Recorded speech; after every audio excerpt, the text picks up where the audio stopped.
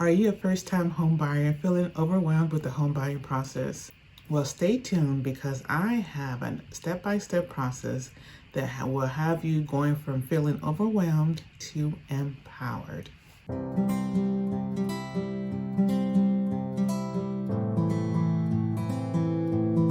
Hello, it's your real estate advisor, Patricia Meshakin with Cry Like Realtors, working smart to get you the green light to your new home. In today's video, I will be covering 11 different steps that you can follow to achieve your dream of becoming a homeowner. Step number 1, save. Save, save, save. You will need money for a number of items. One of them, the first thing being the earnest money deposit. That is typically 1% of the purchase price. So if the house you're looking at is $300,000, you'll need to put down an earnest money deposit of $3,000. The next item is you will need money for down payment. That could be anywhere from 0% to 3% on a conventional loan, 3.5% for FHA, all the way up to 20%, or maybe if you're going to be a cash buyer. You will need money for a home inspection. You need to get that done. You'll also need money for appraisal. And lastly, your closing costs all together. Step number 2, improve your credit.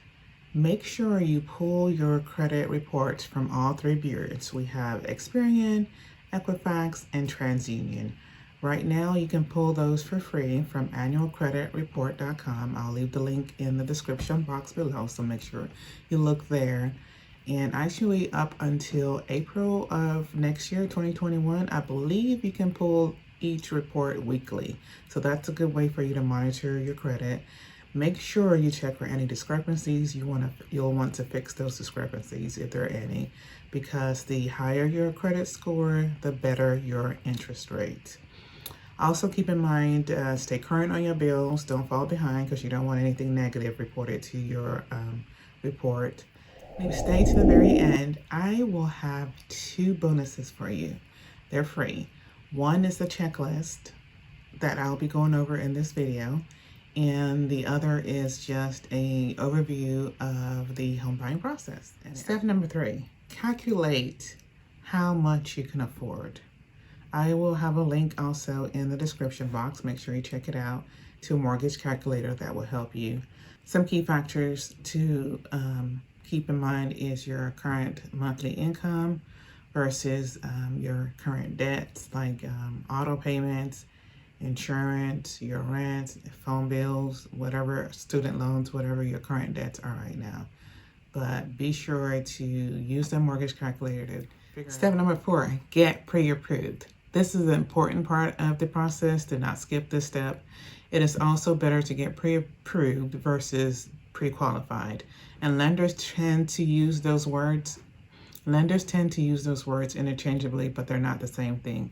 You want to make sure that you provide all your documentation, such as your income, your assets, your debts, your W-2s, your bank statements, any documentation that the lender is asking for, provide that to them. The lender would then analyze your financial situation, and based on that information, will provide you with a set amount that will be your mortgage.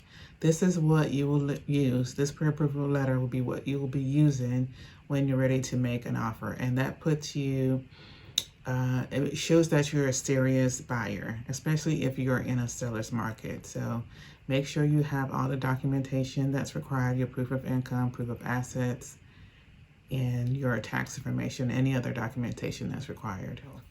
Step number 5, decide on what it is that you're looking for in a home. Work with your real estate agent to determine which neighborhoods you want to be in.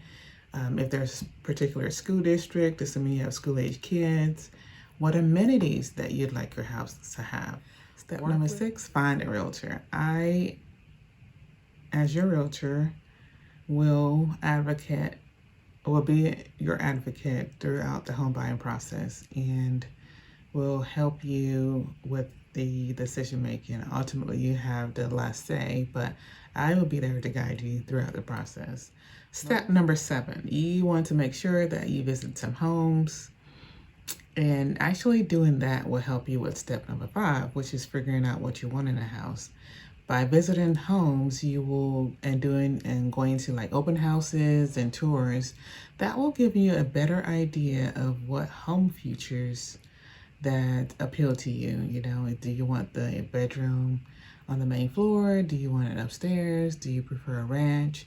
Do you want a smaller community? Do you want to be in a bigger community? There's so many different options when it comes to home buying. So visiting homes and going on tours and open houses is a great way to get a better idea of what you might be most important to you when you're looking for a home.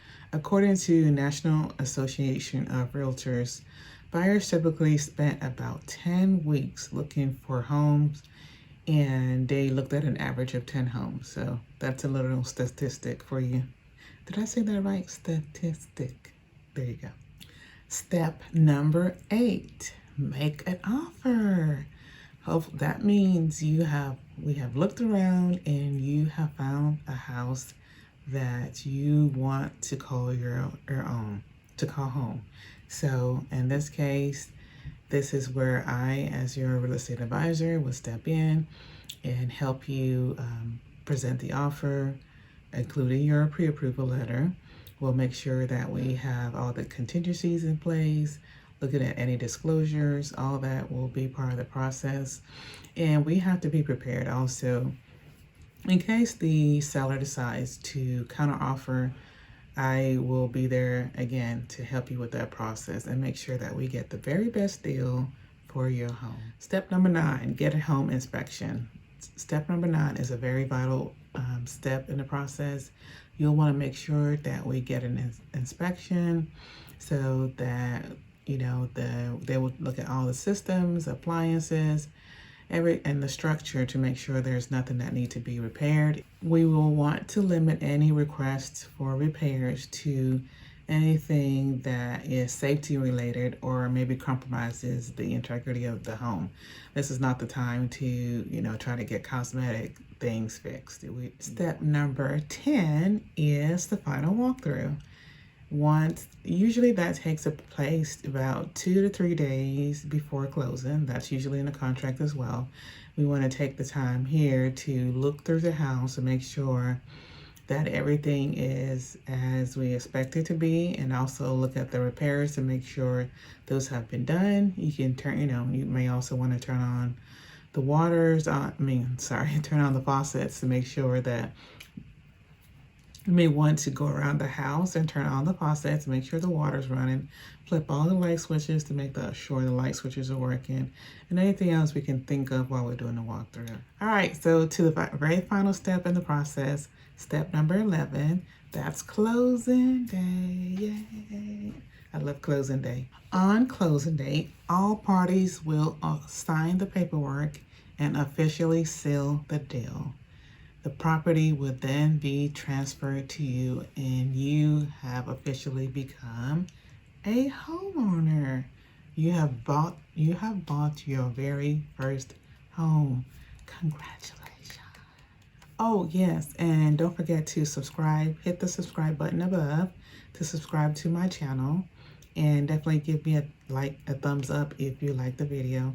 And also up here, I will have a link to my pros and cons video in case you are looking to relocate or buy a house in the Smyrna, Tennessee area. I'll be glad to assist you. So after watching this video, I am hoping that you are no longer feeling overwhelmed, but instead are feeling very empowered and excited about being a homeowner. If you have any questions, please be sure to leave them below in the description box. You can reach out to me. I'll put a link to my calendar. You can give me a call, shoot me an email, shoot me a text. Also, don't forget to follow me on social media. You can follow my hashtag #CallPat2Chat.